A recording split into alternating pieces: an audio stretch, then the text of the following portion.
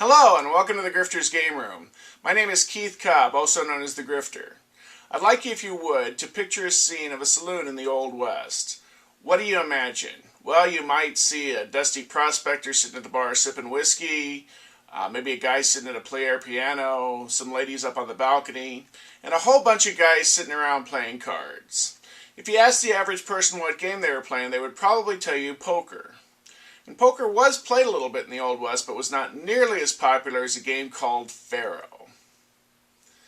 Now, your misconception is not your fault. From the early 1940s through most of the 1970s, Pharaoh wasn't portrayed in Westerns. Western-themed books, movies, and television shows all showed guys playing poker. In fact, the only one of John Wayne's movies that showed anybody playing Pharaoh was his very last one, The Shootist.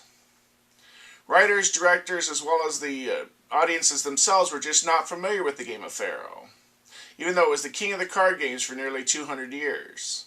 Now, Pharaoh was commonly referred to as bucking the tiger. Many of the cases that a Pharaoh setup was carried in was a big mahogany box that had a picture of a Bengal tiger on the outside of it. A lot of places advertising the game didn't even call it by name, but just hung a sign of a tiger outside. They called it Bucking the Tiger because the game was wild, fast, and exciting. A Pharaoh setup consisted of a betting table called a snap because they had folding legs that would snap underneath. The betting table itself had the surface of it lacquered with an entire suit of cards in spades on top, ace through king. You also had a high card sign lacquered into the surface of the table. These were different things that people could bet on. Now, they would bet with chips called checks. You would bet on what number you thought was going to come up, and I'll show you how that was done. You also had a dealing box, which is similar to a shoe used in blackjack, only the cards come out of the top of the box instead of the bottom after they've been shuffled. You also had an abacus-looking device called a case keep, or coffin. Now, this was used by a person sitting across from the dealer to keep track of which cards had been played. There's 52 pegs around the board. As each card is dealt, the case keeper would move one peg to let you know which cards had been played already. That was his job, to keep track of that. Now, the first card that comes out after the deck has been shuffled and placed inside the dealing box is called a soda card. The soda card is an indifferent card that doesn't matter. The card that's after the soda card is the winning card, is the losing card, which is the dealer's card, followed by the player's card. The players were known as putters. A putter's card came up after the dealer's card. So you had the losing card and the winning card side by side dealt each round. Now, at this point, nothing was bet on the ace or the 10. If the chips had been bet on the ace, they would have lost their bet. If they'd been bet on the 10, then they would have won and doubled their money. Now, the dealing box itself is a small box. It has springs inside. And as you press on the top, the card goes sliding out the other side. So that would be a losing card, followed by the winning card. This is set on the table in front of the dealer, who would just slide the cards forward and place them into their correct pile each time. Now, the game was very popular. According to the 1882 New York Police Gazette, more money was bet on Pharaoh than all other forms of gambling combined throughout the United States. It was also the leading cause of bankruptcy in this country. Now, everybody played Pharaoh. Guys like Wyatt Earp and Doc Holliday made their living dealing the game. You may have heard of the game if you've ever read Tolstoy's War and Peace. One of the main characters tries to use a rigged Pharaoh setup to cheat his rival into giving up the woman he desires. Now, when the game is played fairly, the odds of winning are almost even. The problem was that hardly anybody played the game fairly. To make any money on the game, you had to cheat. Now, it wasn't only the players that were cheating, but also the dealer or the house, or also called a Pharaoh bank. Now the dealer would cheat using a few different methods. Sometimes he would use a rigged dealing box. Now there were two kinds of dealing boxes available. You had a regular box and the rigged ones. Now they all looked exactly the same, mainly because they were all manufactured by the same company. Now a rigged dealing box could cheat in a couple of different ways. It might have a small prism inside the inner edge of the box. As the cards, instead of sliding the card immediately forward, they would slide the card back slightly, catch a glimpse of what card was coming up. And if that card was heavily bet, then they would play it as it laid, as the first card. But if that card wasn't heavily bet, then they might try and use just a bit more pressure, as I can with this box sometimes, and get two cards to come out of the box at once. That way, I would have a losing card come up before the winning card. This could also work because as people would bet on the game, they could not only bet on a card to win, but they could also bet on a card to lose.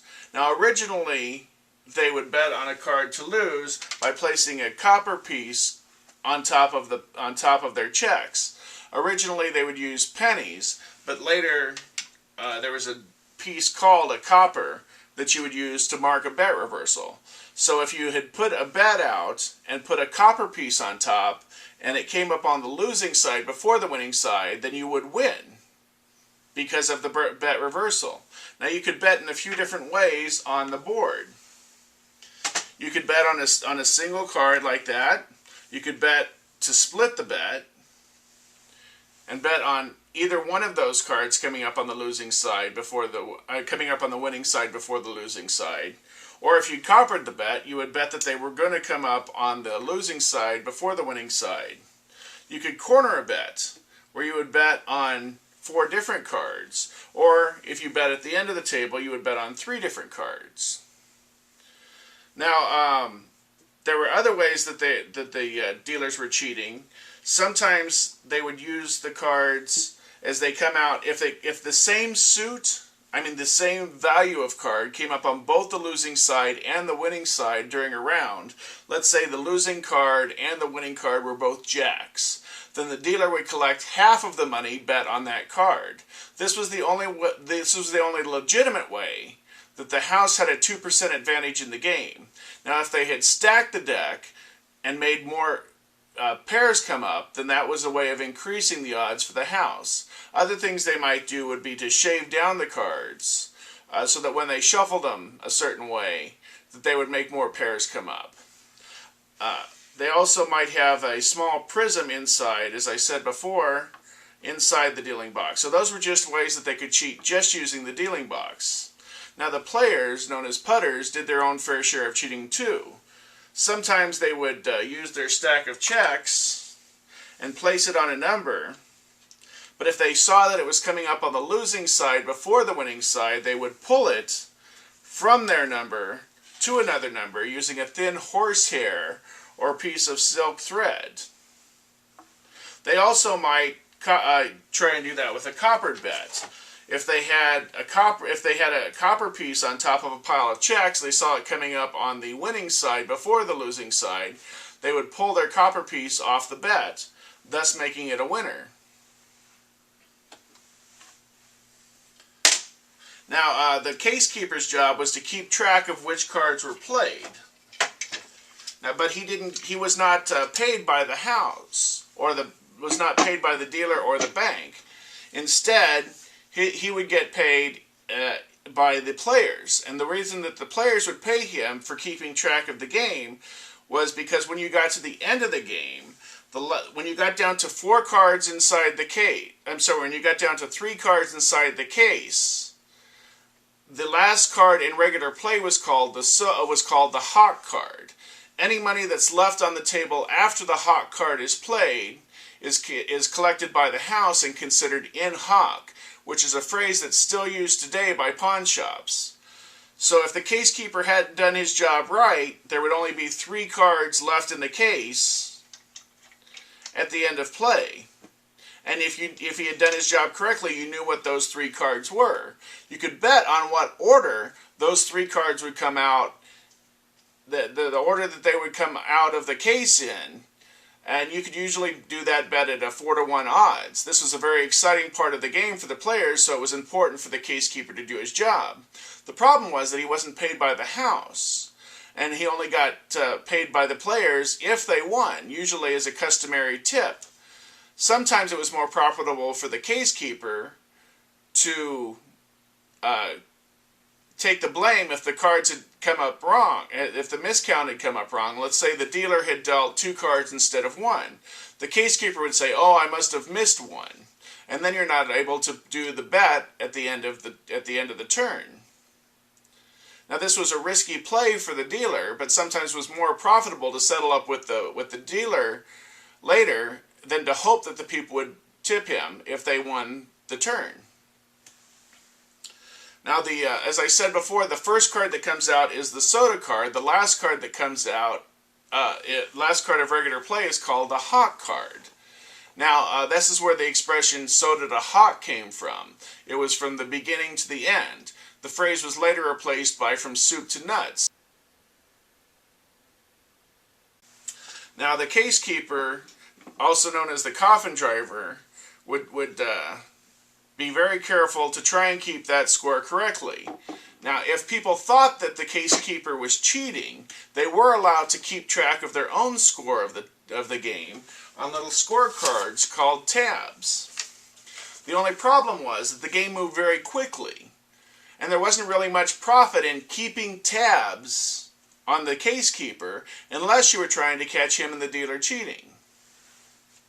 Now, all of this added equipment was there to give the illusion of fairness to the players, much the way the added security at the airport gives the illusion of safety.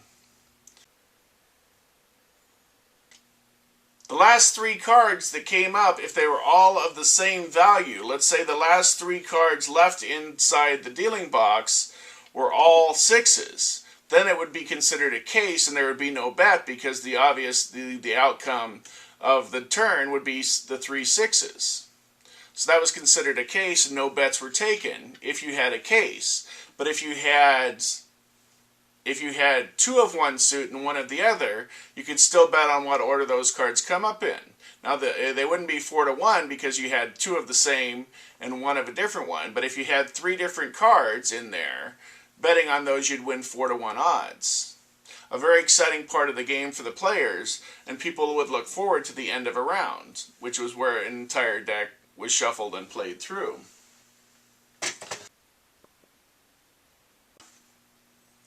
Now I'd like to tell you a little bit about the history of the game Pharaoh. It was invented in 1730 in France as a revised version of the then outlawed British pub game Basset. Although Pharaoh itself was eventually outlawed in France, it had caught on back in England. It was brought to the United States by French economists, and it spread like wildfire because it was fast, easy to play, and when played fairly, the odds of winning were fairly even. The game got its name from a French deck of playing cards that had an Egyptian pharaoh printed on the back. The game was very popular all over the United States, and in fact, all throughout North America. There's even a town in the Yukon Territory of Canada that's named after the game. Now, people ask me whatever happened to a game like Pharaoh that was so popular. Well, like all things that are fun, the government eventually got involved and tried to regulate things. Around 1900, there were nearly 1,000 registered Pharaoh banks across the country. By the 1930s, all gambling across the country had been outlawed except for the state of Nevada. 20 years later, even in the state of Nevada where the game was still legal, there were only 50 active Pharaoh banks in the 1950s. The last one closed at the Ramada in Reno in 1985. People ask me if there's anywhere that you can play Pharaoh today, and the answer is yes and no. If you're looking to play for money, you're out of luck. That is, unless you can find one of the legendary backroom games that a few casinos play for their regulars. There's also period reenactors like myself that do reenactments of the game. And if you want to play it for fun, you can also go online. There's a great website called Wichita Pharaoh. Just Google that and you can see exactly how to play the game. It gives you $100 credit and you can play that out any way that you want to. I hope you've enjoyed my presentation on Pharaoh. If you have any questions, feel free to email me at keith@thegrifter.com.